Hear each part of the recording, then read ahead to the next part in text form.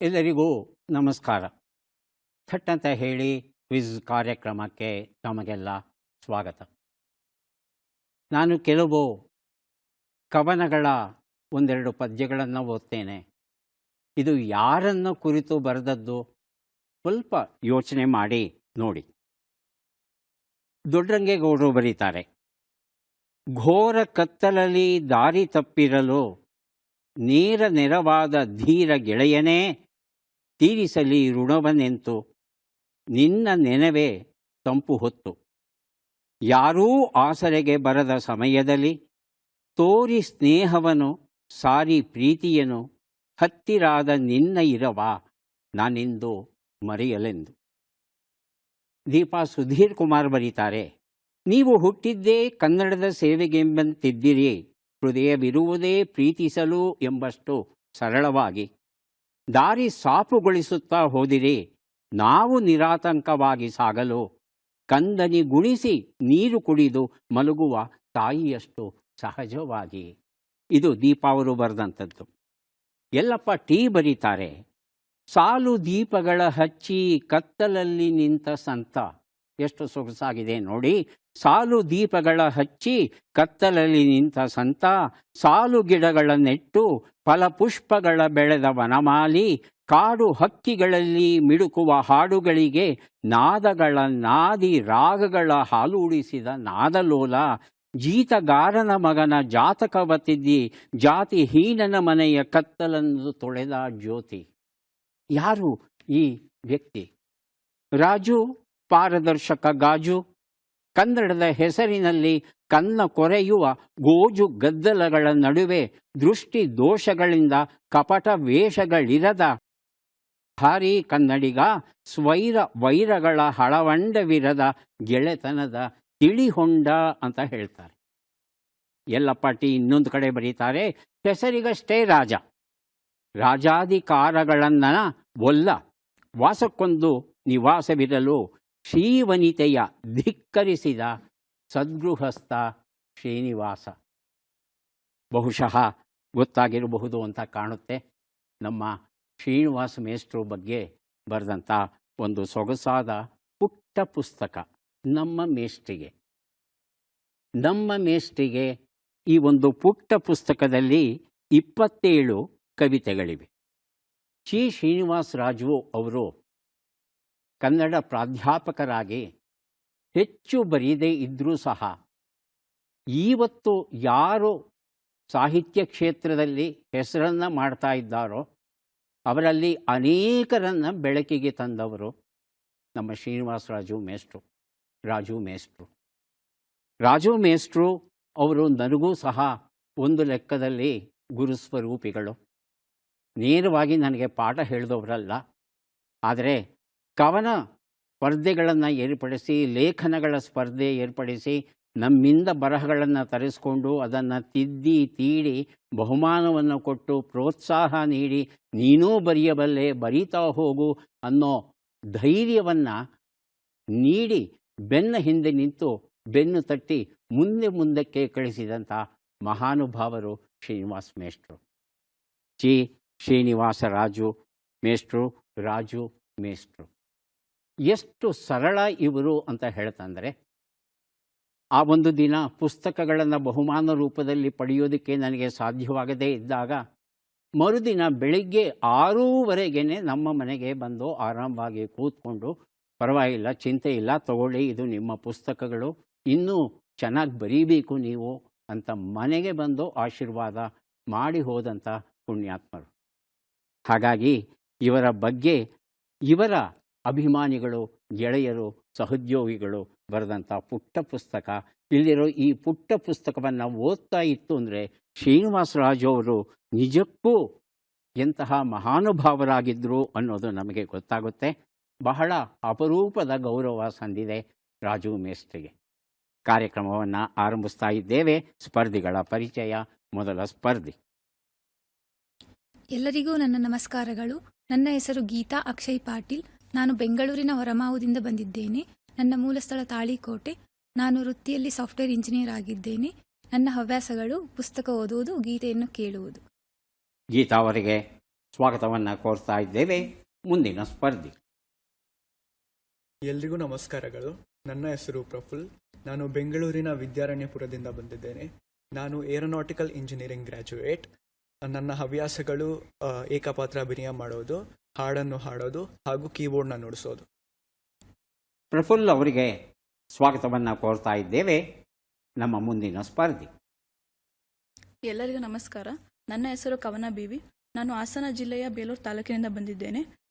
ಚಾಣಕ್ಯ ವಿಶ್ವವಿದ್ಯಾಲಯದಲ್ಲಿ MCA ಅನ್ನು ಮಾಡುತ್ತಿದ್ದೇನೆ. ನನ್ನ ಹವ್ಯಾಸಗಳು ಕ್ರಿಕೆಟನ್ನು ನೋಡುವುದು, ಚೆಸ್ ಆಡುವುದು ಮತ್ತು ತಟ್ಟಂತ ಹೇಳಿ ಕಾರ್ಯಕ್ರಮವನ್ನು ನೋಡುವುದು. ಕವನ ಅವರಿಗೆ ಸ್ವಾಗತವನ್ನು ಕೋರ್ತಾ ಇದ್ದೇವೆ. ಮೂವರು ಸಿದ್ಧವಾಗಿದ್ದರೆ ಕಾರ್ಯಕ್ರಮ ಆರಂಭಿಸೋಣ. ಮೊದಲಿಗೆ ನಿಯಮಗಳನ್ನು ಒಮ್ಮೆ ನೋಡಿಬಿಡೋಣ. ಒಟ್ಟು 10 ಪ್ರಶ್ನೆಗಳು. ಮೊದಲು ಬಜರ್ ಒತ್ತಿದವರಿಗೆ ಉತ್ತರ ನೀಡುವ ಅವಕಾಶ.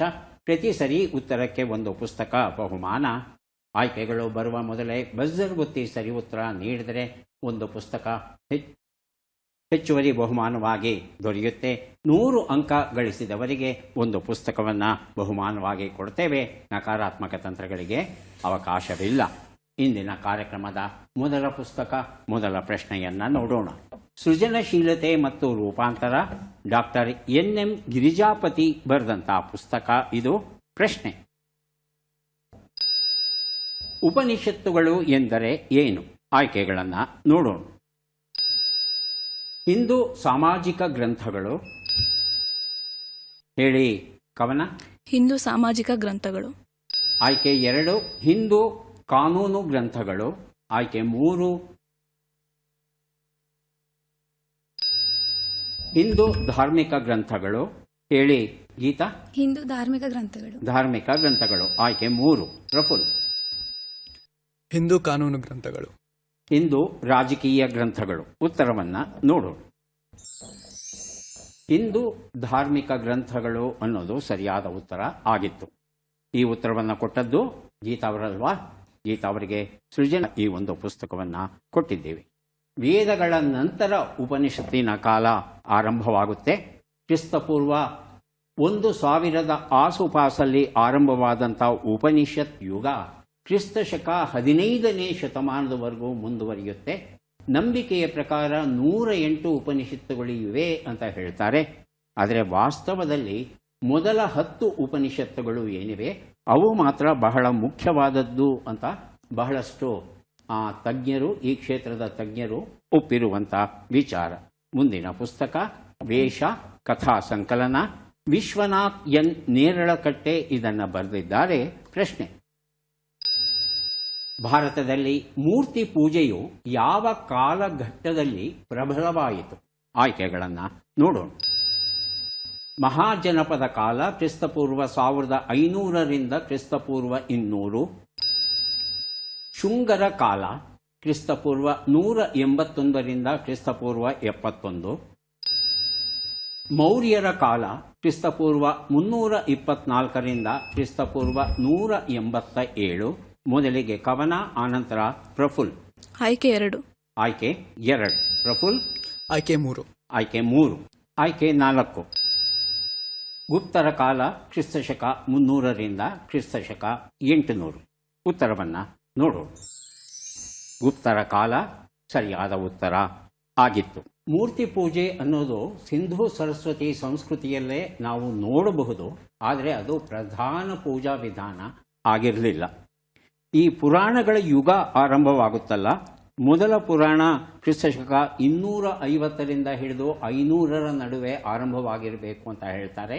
ಅಲ್ಲಿ ಮೂರ್ತಿ ಪೂಜೆಗೆ ಹೆಚ್ಚಿನ ಬೆಲೆ ಕಂಡುಬರುತ್ತೆ. ಈ ಪುರಾಣ ದೇವತೆಗಳ ಕಾಲ ಹೆಚ್ಚಾದಷ್ಟು ಮೂರ್ತಿ ಪೂಜೆಗಳು ಸಹ ಹೆಚ್ಚಾಗುತ್ತೆ. ಮೂರ್ತಿಗಳ ರಚನೆ, ಅವುಗಳಿಗೆ ಒಂದು ಆಕಾರ, ವಿವಿಧ ರೀತಿಯ ಆಯುಧಗಳು ಇತ್ಯಾದಿ ಪರಿಕಲ್ಪನೆಗಳು ಬೆಳೆದು ಬಂದು ಮೂರ್ತಿ ಪೂಜೆ ಪ್ರಧಾನವಾಗುತ್ತೆ. ಗುಪ್ತರ ಕಾಲದ ನಂತರ, ಅದರ ಹಿಂದೆ ಮೂರ್ತಿ ಪೂಜೆ ಅಪರೂಪವಾಗಿತ್ತು. ವಿಚಿತ್ರ ಪಿಸುಮಾತು ಎನ್ನುವ ಪುಸ್ತಕ ವೆಂಕಟೇಶ್ ಪ್ರಸಾದ್ HD ಬರೆದಿರುವಂಥದ್ದು. ಪ್ರಶ್ನೆಯನ್ನು ನೋಡೋಣ. ಯುರೋಪಿನಲ್ಲಿ ನಡೆದ ಕೈಗಾರಿಕಾ ಕ್ರಾಂತಿಯು ಭಾರತದ ಮೇಲೆ ಬೀರಿದ ಪ್ರಮುಖ ದುಷ್ಪರಿಣಾಮ ಯಾವುದು? ಆಯ್ಕೆಗಳನ್ನು ನೋಡೋಣ. ಉದ್ಯಮಗಳಲ್ಲಿ ಯಂತ್ರಗಳ ಅಳವಡಿಕೆ, ವಿದೇಶಿ ಸರಕುಗಳ ಮೇಲೆ ಅಧಿಕ ಸುಂಕ. ಗೀತಾ? ವಿದೇಶಿ ಸರಕುಗಳ ಮೇಲೆ ಅಧಿಕ ಸುಂಕ. ಕವನ? ಆಯ್ಕೆ 1. ಆಯ್ಕೆ 1. ಆಯ್ಕೆ 3 ನೋಡೋಣ. ಕುಶಲ ಕೈಗಾರಿಕೆಗಳ ನಾಶ. ಆಯ್ಕೆ 4 ಹೆಚ್ಚಿದ ಉದ್ಯೋಗಾವಕಾಶ. ಉತ್ತರವನ್ನು ನೋಡು. ಕುಶಲ ಕೈಗಾರಿಕೆಗಳ ನಾಶ. ಉಳಿದದ್ದೆಲ್ಲ ಅದರ ಪಾಡಿಗೆ ಅದು ಆಗ್ತಾ ಇತ್ತು. ಆದರೆ ನಮ್ಮ ಭಾರತ ದೇಶದಲ್ಲಿ ಇದ್ದದ್ದು ಕೃಷಿ ಆಧಾರಿತ ಆರ್ಥಿಕ ವ್ಯವಸ್ಥೆ ನಮ್ಮ ದೇಶದಲ್ಲಿ ಇದ್ದದ್ದು. ಆ ಕೃಷಿಯ ಜೊತೆಯಲ್ಲೇ ಈ ಕುಶಲ ಕಲೆಗಳು ಇತ್ಯಾದಿಗಳೆಲ್ಲ ಸಹಜವಾಗಿ ಬೆಳೆದುಕೊಂಡು ಬಂದಿದ್ವು. ಆದರೆ ಯಾವಾಗ ಈ ಕೃಷಿ ಆಧಾರಿತ ಅರ್ಥವ್ಯವಸ್ಥೆ ಹೋಗಿ ಕೈಗಾರಿಕೆಯನ್ನು ಆಧರಿಸಿದ ಆರ್ಥಿಕ ವ್ಯವಸ್ಥೆ ಯಾವಾಗ ಆರಂಭವಾಯಿತು, ಆಗ ವ್ಯಕ್ತಿಗೆ ಬೆಲೆ ಹೊರಟೋಯ್ತು. ಯಾಂತ್ರೀಕರಣದಿಂದ ಅನೇಕ ವಸ್ತುಗಳು ರಾಶಿ ಪ್ರಮಾಣದಲ್ಲಿ ಬಂದಾಗ ವ್ಯಕ್ತಿಯ ಕುಶಲಕಲೆಗೆ ಬೆಲೆ ಇಲ್ಲದ ಹಾಗೆ ಆಯಿತು. ಕುಶಲಕಲೆಗಳಿಗೆ ಭಾರೀ ಹೊಡೆತ ಬಿದ್ದು ಒಂದು ರೀತಿ ಭಾರತೀಯ ಸಂಸ್ಕೃತಿಯ ಜೀವವೇ ಹೋಗುವಂಥ ಒಂದು ಸ್ಥಿತಿ ನಿರ್ಮಾಣವಾಯಿತು. ಮುಂದಿನ ಪುಸ್ತಕ ಬಾಡದ ಹೂಗುಂಚಲು, RP ಪುನಗಿನ ಬರೆದಿರುವಂಥದ್ದು. ಪ್ರಶ್ನೆಯನ್ನು ನೋಡೋಣ. ದ್ವಾರಕೀಶ್ ಅವರನ್ನ ಯಾರು ಚಿತ್ರರಂಗಕ್ಕೆ ಪರಿಚಯ ಮಾಡಿದರು? ಆಯ್ಕೆಗಳನ್ನು ನೋಡೋಣ. HLN ಸಿಂಹ, ಹುಣಸೂರು ಕೃಷ್ಣಮೂರ್ತಿ, ಗುಬ್ಬಿ ವೀರಣ್ಣ. ಹೇಳಿ ಗೀತಾ. ಗುಬ್ಬಿ ವೀರಣ್ಣ.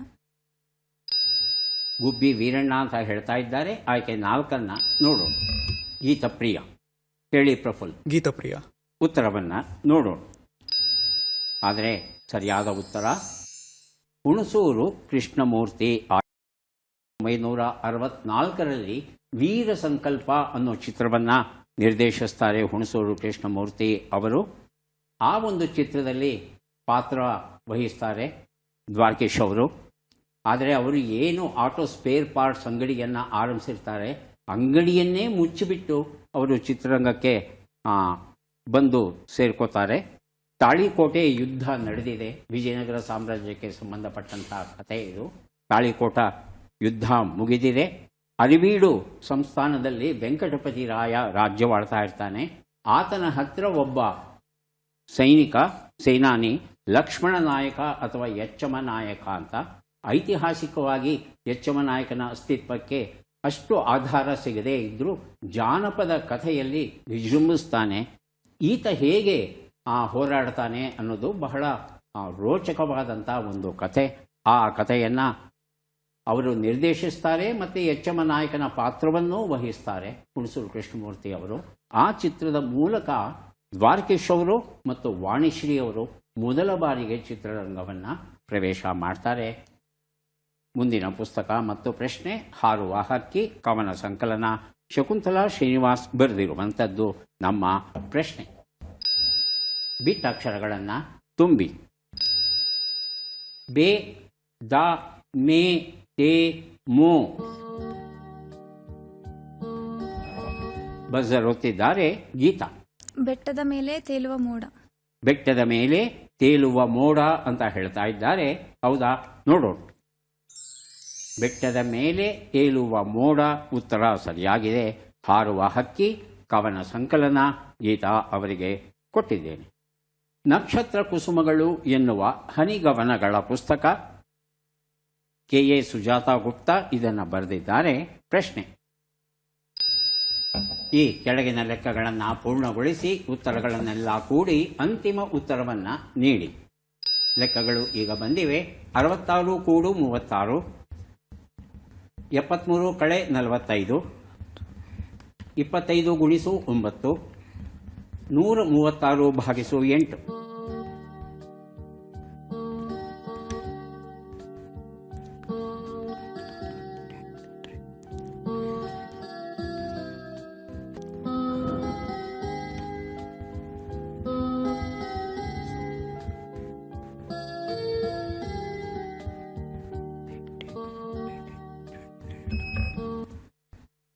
ಬಜರ್ ಒತ್ತಿದ್ದಾರೆ ಪ್ರಫುಲ್ ಅವರು. 371. 371. 371. ಗೀತಾ 183. ಭಿನ್ನವಾದ ಉತ್ತರ ಕೊಡ್ತಾ ಇದ್ದಾರೆ. ಉತ್ತರವನ್ನು ನೋಡ್ತಾ ಹೋಗೋಣ. ಒಂದು ಉತ್ತರ 102, 28, 225, 17 ಎಲ್ಲವನ್ನ ಕೂಡಿದ್ರೆ 372 ಬಂದಿದೆ. ತಾವು 71 ಅಂತ ಹೇಳಿದ್ರಿ. ನಕ್ಷತ್ರ ಕುಸುಮಗಳ ಕೃತಿ ನನ್ನಲ್ಲೇ ಉಳಿಬೇಕಾಗಿ ಬಂತು. ಮುಂದಿನ ಪುಸ್ತಕ ಲಹರಿ ಲಾಸ್ಯ, ವೆಂಕಟೇಶ್ MT ಬರೆದಿರುವಂಥದ್ದು.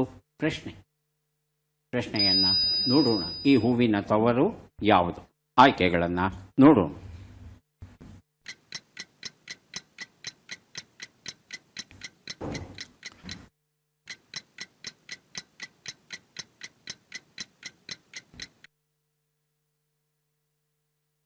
ಆಯ್ಕೆಗಳನ್ನು ನೋಡೋಣ. ದಕ್ಷಿಣ ಆಫ್ರಿಕಾ, ಆಸ್ಟ್ರೇಲಿಯಾ, ಮಧ್ಯ ಅಮೆರಿಕಾ. ಮೊದಲಿಗೆ ಗೀತಾ, ನಂತರ ಪ್ರಫುಲ್. ಆಸ್ಟ್ರೇಲಿಯಾ ಆಯ್ಕೆ 2. ಪ್ರಫುಲ್ ದಕ್ಷಿಣ ಆಫ್ರಿಕಾ. ದಕ್ಷಿಣ ಆಫ್ರಿಕಾ ಆಯ್ಕೆ 4 ನೋಡೋಣ. ಆಯ್ಕೆ 4 ಪೂರ್ವ ಯುರೋಪ್. ಉತ್ತರವನ್ನು ನೋಡೋಣ. ಸರಿಯಾದ ಉತ್ತರ ಮಧ್ಯ ಅಮೆರಿಕಾ ಆಗಿತ್ತು. ಇದನ್ನು ಲೇಡಿ ಸ್ಲಿಪ್ಪರ್ ಆರ್ಕಿಡ್ ಅಂತ ಕರೀತಾರೆ. ಇದನ್ನು ನಾವು ಸಾಮಾನ್ಯವಾಗಿ ಸೀತೆ ಹೂವು ಅಂತ ಕರೆಯೋದು ಉಂಟು. ಆಗ್ನೇಯ ಏಷ್ಯಾದಲ್ಲಿ ವಿಶೇಷವಾಗಿ ಕಂಡುಬರುತ್ತೆ. ಅರುಣಾಚಲ ಪ್ರದೇಶ ಈ ಹೂವನ್ನು ತನ್ನ ರಾಜ್ಯ ಹೂವನ್ನಾಗಿಯೂ ಸಹ ಸ್ವೀಕರಿಸಿದೆ. ಇದು ಆರ್ಕಿಡ್ಸಲ್ಲಿ ತುಂಬ ನಮೂನೆಯ ಹೂಗಳನ್ನು ನಾವು ನೋಡಬಹುದು.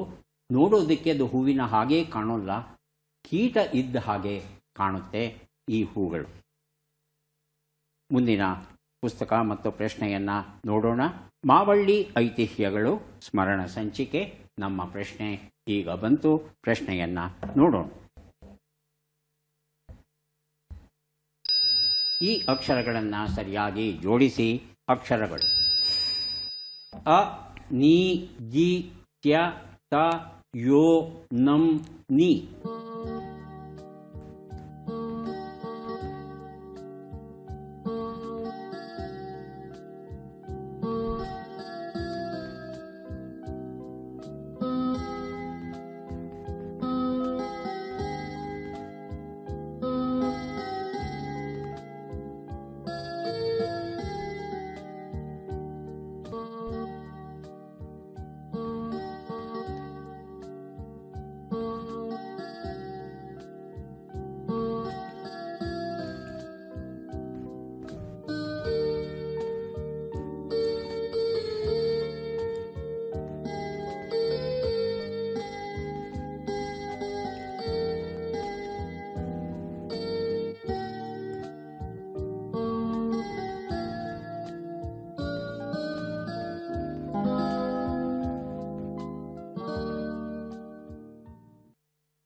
ಗೊತ್ತಾಗಿಲ್ವಾ? ಉತ್ತರವನ್ನು ನೋಡೋಣ. ಅನಂತನಿ ನಿತ್ಯಯೋಗಿ ಅನ್ನೋದು ಸರಿಯಾದ ಉತ್ತರ ಆಗಿತ್ತು. 3 ಪುಸ್ತಕ, 3 ಪ್ರಶ್ನೆ, 3 ಸುಳುಹು. ಪದಬಂಧ ಬಂದಿದೆ. ಸುಳುಹುಗಳನ್ನು ನೋಡೋಣ. ಸುಳುಹುಗಳು: ಗೌರವ ಮರ್ಯಾದೆಗೆ ಯೋಗ್ಯನಾದವನು, ಹಳ್ಳ, ಬತ್ತಳಿಕೆ.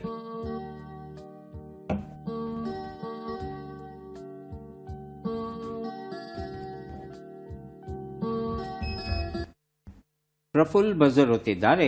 ಒಂದು ಉತ್ತರ ಆದರಣೀಯ. ಉತ್ತರವನ್ನು ನೋಡೋಣ. ಆದರಣೀಯ ಉತ್ತರ ಸರಿಯಾಗಿದೆ. 2 ಉತ್ತರ ಹಳ್ಳ.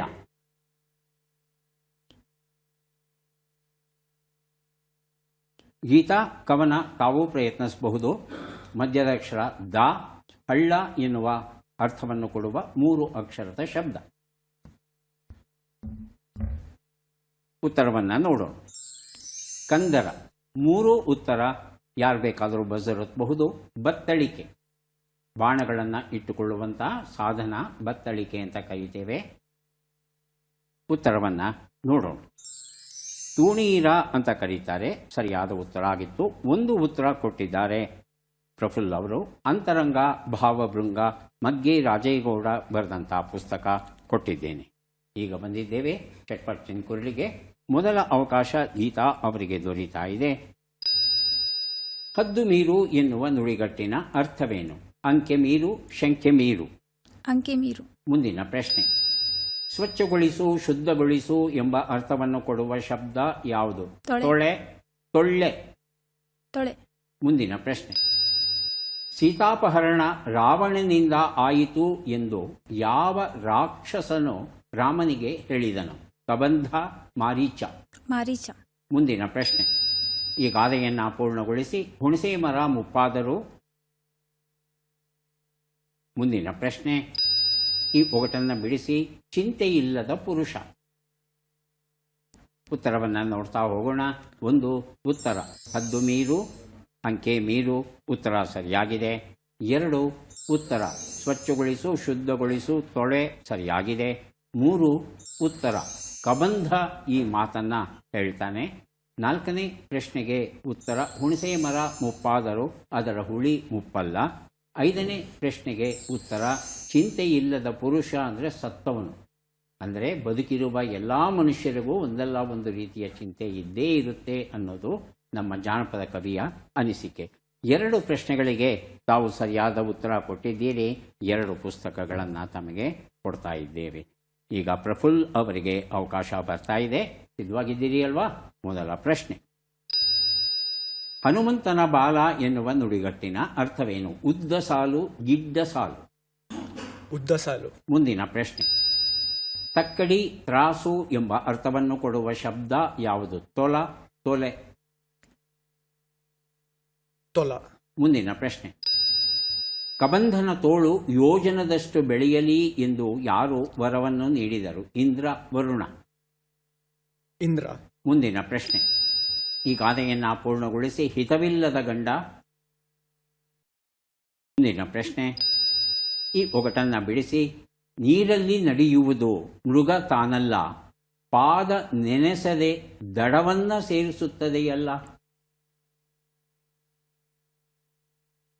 ಉತ್ತರವನ್ನು ನೋಡ್ತಾ ಹೋಗೋಣ. 1 ಉತ್ತರ ಹನುಮಂತನ ಬಾಲ, ಉದ್ದ ಸಾಲು ಸರಿಯಾಗಿದೆ. 2 ಉತ್ತರ ತೊಲ, ಉತ್ತರ ಸರಿಯಾಗಿದೆ. 3 ಉತ್ತರ ಇಂದ್ರ, ಸರಿಯಾದ ಉತ್ತರ ಕೊಟ್ಟಿದ್ದೀರಿ. 4ನೇ ಪ್ರಶ್ನೆಗೆ ಉತ್ತರ ಹಿತವಿಲ್ಲದ ಗಂಡ ಹಿಂದಿದ್ದರೇನು ಮುಂದಿದ್ದರೇನು, ಆಟಕ್ಕುಂಟು ಲೆಕ್ಕಕ್ಕಿಲ್ಲ ಅನ್ನೋ ಲೆಕ್ಕಕ್ಕೆ. 5ನೇ ಪ್ರಶ್ನೆಗೆ ಉತ್ತರ ಇದು ನಾವೆ ಅಥವಾ ದೋಣಿಯ ವರ್ಣನೆ ಆಗಿತ್ತು. ಎಷ್ಟು ಸರಿ ಉತ್ತರ ಕೊಟ್ರಿ? 3 ಅಲ್ವಾ? 3 ಪುಸ್ತಕಗಳನ್ನು ತಮಗೆ ಕೊಡ್ತಾ ಇದ್ದೇವೆ. ಈಗ ಅವಕಾಶ ಕವನ ಅವರಿಗೆ ಬರ್ತಾ ಇದೆ. ಸಿದ್ಧವಾಗಿದ್ದರೆ ಪ್ರಶ್ನೆಗಳನ್ನು ಆರಂಭಿಸ್ತೇವೆ. ಮೊದಲ ಪ್ರಶ್ನೆ. ಹಪ್ಪಳವಾಗು ಎನ್ನುವ ನುಡಿಗಟ್ಟಿನ ಅರ್ಥವೇನು? ಚಪ್ಪಟೆಯಾಗು, ಸ್ವಾದಿಷ್ಟವಾಗು. ಚಪ್ಪಟೆಯಾಗು. ಮುಂದಿನ ಪ್ರಶ್ನೆ. ತ್ಯಜಿಸುವಂತೆ ಮಾಡು ಎಂಬ ಅರ್ಥವನ್ನು ಕೊಡುವ ಶಬ್ದ ಯಾವುದು? ತೊರಸು, ತೊರಳೆ. ತೊರಸು. ಮುಂದಿನ ಪ್ರಶ್ನೆ. ಹಿಡಿಂಬೆಯ ಮತ್ತೊಂದು ಹೆಸರೇನು? ಕಮಲಮುಖಿ, ಕಮಲಪಾಲಿಕೆ. ಕಮಲಮುಖಿ. ಮುಂದಿನ ಪ್ರಶ್ನೆ. ಈ ಗಾದೆಯನ್ನು ಪೂರ್ಣಗೊಳಿಸಿ. ತುತ್ತು. ಮುಂದಿನ ಪ್ರಶ್ನೆ. ಈ ಒಗಟನ್ನು ಬಿಡಿಸಿ. ಬಂದ ನೆಂಟ, ಹೋದ ನೆಂಟ, ಬಂದ ದಾರಿ ಗುರುತಿಲ್ಲ. ಉತ್ತರವನ್ನು ನೋಡ್ತಾ ಹೋಗೋಣ. 1 ಉತ್ತರ ಹಪ್ಪಳವಾಗು, ಚಪ್ಪಟೆಯಾಗು ಸರಿಯಾದ ಉತ್ತರ ಕೊಟ್ಟಿದ್ದೀರಿ. 2ನೇ ಪ್ರಶ್ನೆಗೆ ಉತ್ತರ ತೊರಸು, ಸರಿಯಾದ ಉತ್ತರ ಕೊಟ್ಟಿದ್ದೀರಿ. 3ನೇ ಪ್ರಶ್ನೆಗೆ ಉತ್ತರ ಕಮಲ ಪಾಲಿಕೆ ಆಗಿತ್ತು, ಕಮಲಮುಖಿ ಅಂತ ಹೇಳಿದರೆ. 4ನೇ ಪ್ರಶ್ನೆಗೆ ಉತ್ತರ ತುತ್ತು, ತೂಕ ಕೆಡಿಸಿತು, ಉತ್ತರ ಕೊಟ್ಟಿಲ್ಲ. 5ನೇ ಪ್ರಶ್ನೆಗೆ ಉತ್ತರ ಇದು ನೆರಳಿನ ವರ್ಣನೆ ಆಗಿತ್ತು. 2 ಪ್ರಶ್ನೆಗಳಿಗೆ ಸರಿಯಾದ ಉತ್ತರವನ್ನು ಕೊಟ್ಟಿದ್ದೀರಾ ತಾವು. 2 ಪುಸ್ತಕಗಳನ್ನು ಕವನ ಅವರಿಗೆ ಕೊಡ್ತಾ ಇದ್ದೇವೆ. ಯಾರಿಗೆ ಎಷ್ಟು ಪುಸ್ತಕಗಳು ಬಂದಿವೆ ಅದನ್ನು ನೋಡುವ ಕ್ಷಣ ಈಗ ಬಂತು. ಗೀತಾ ಅವರಿಗೆ ದೊರೆಯುತ್ತಾ ಇದೆ 4 ಪುಸ್ತಕಗಳನ್ನು ಸ್ವೀಕರಿಸಿ ಕಾರ್ಯಕ್ರಮದಲ್ಲಿ ಭಾಗಿಯಾಗಿದ್ದಕ್ಕೆ ಧನ್ಯವಾದಗಳು.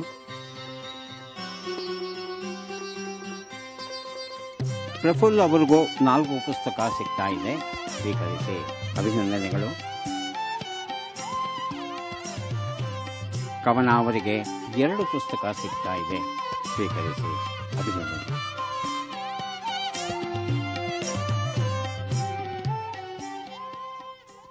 ಮತ್ತೆ ಭೇಟಿಯಾಗೋಣ.